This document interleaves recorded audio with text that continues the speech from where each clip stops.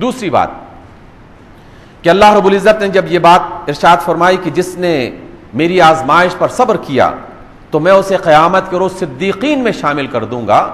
گویا کہ یہ عظیم الشان رتبہ اس فرد کو میسر آ جائے گا۔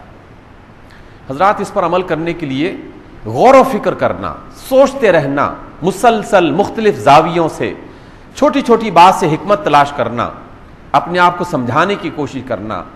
یہ وہ طریقہ ہے جس سے انسان صحیح راستے پر رہ سکتا ہے،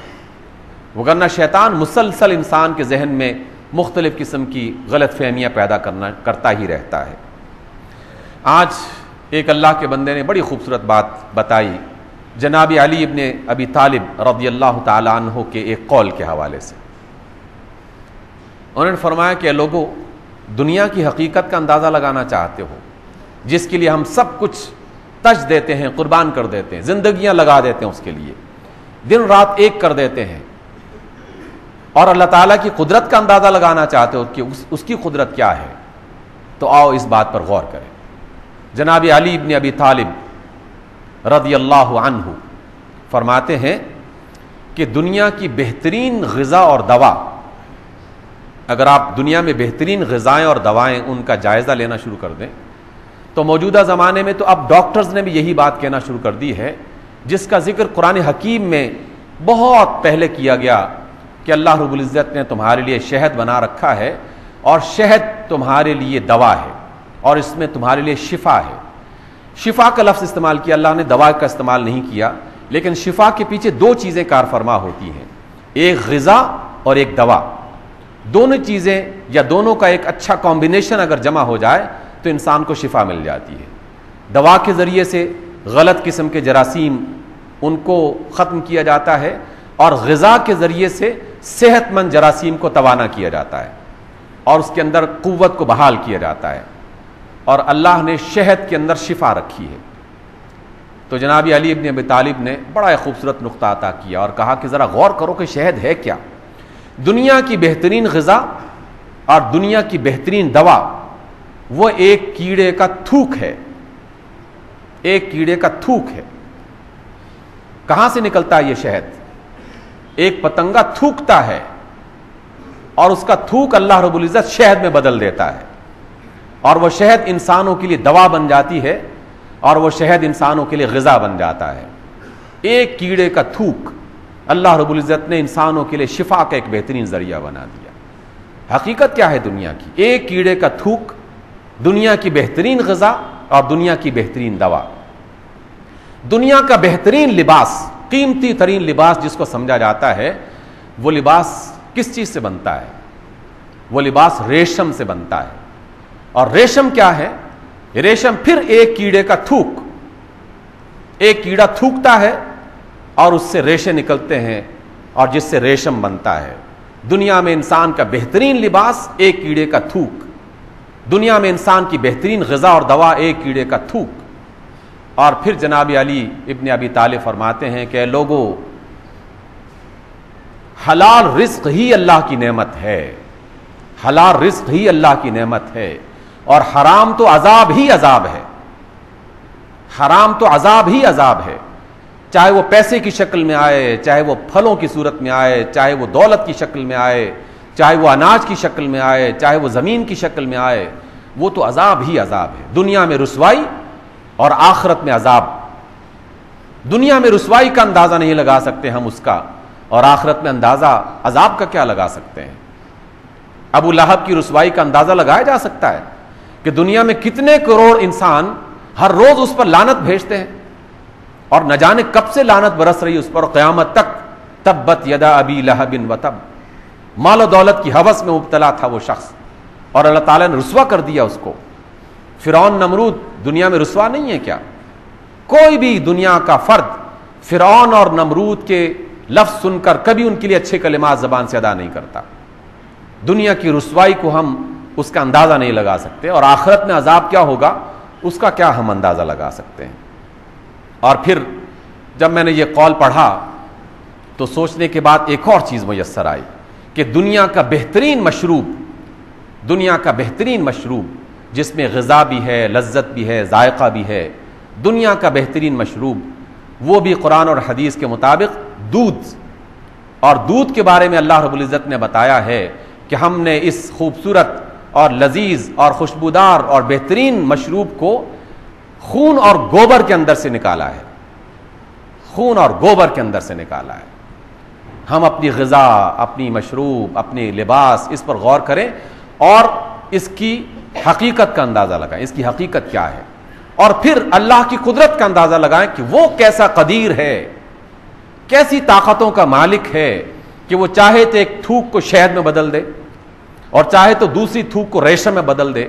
اور چاہے تو وہ گوبر اور خون کے ملاپ کو دودھ میں بدل دیتا ہے۔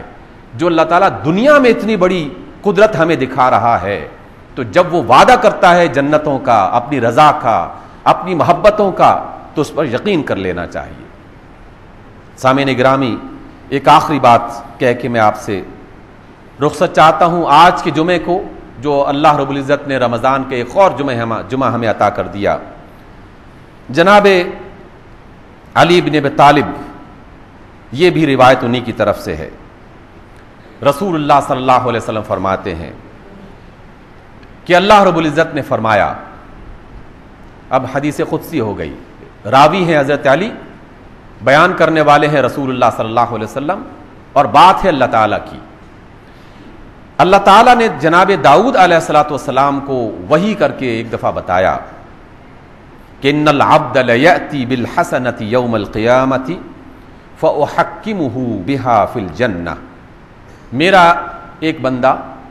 ایک ایسی نیکی لے کر قیامت کے روز میرے پاس آئے گا کہ اس نیکی کی وجہ سے، اس ایک نیکی کی وجہ سے میں اسے جنت میں داخل کر دوں گا۔ تو جناب داؤد علیہ السلام نے پوچھا، اللہ کے رسول، اے اللہ رب العزت، کون ہے وہ بندہ اور کیسی ہے وہ نیکی؟ تو اللہ رب العزت نے فرمایا کہ مؤمن یسعی لاخیہ المؤمن فی حاجتہ یحب قضاءہا، کہ ایک مومن اپنے مومن بھائی کی کسی حاجت کو، کسی ضرورت کو پورا کرنے کے لیے نکلتا ہے، اور اس کی خواہش ہے کہ میں اپنے اس مومن بھائی کی مدد کرتے ہوئے اس کی حاجت کو پورا کر دوں، اس کی ضرورت کو پورا کر دوں۔ وہ اپنے گھر سے نکلا اور اللہ رب العزت نے اس کی نیکی لکھ دی، اور پھر حضور فرماتے ہیں کہ اللہ تعالیٰ نے کہا کہ وہ اس کی حاجت پوری کر پایا یا نہ کر پایا، دونوں حالتوں میں یہ نیکی اس کے حصے میں لکھ دی جائے گی، اور قیامت کے روز اسی نیکی کی وجہ سے اسے جنت میں داخلہ مل جائے گا۔ اللہ کے بندوں کی مدد کرنا اور ان کی حاجت پوری کرنے کے لیے گھر سے نکلنا،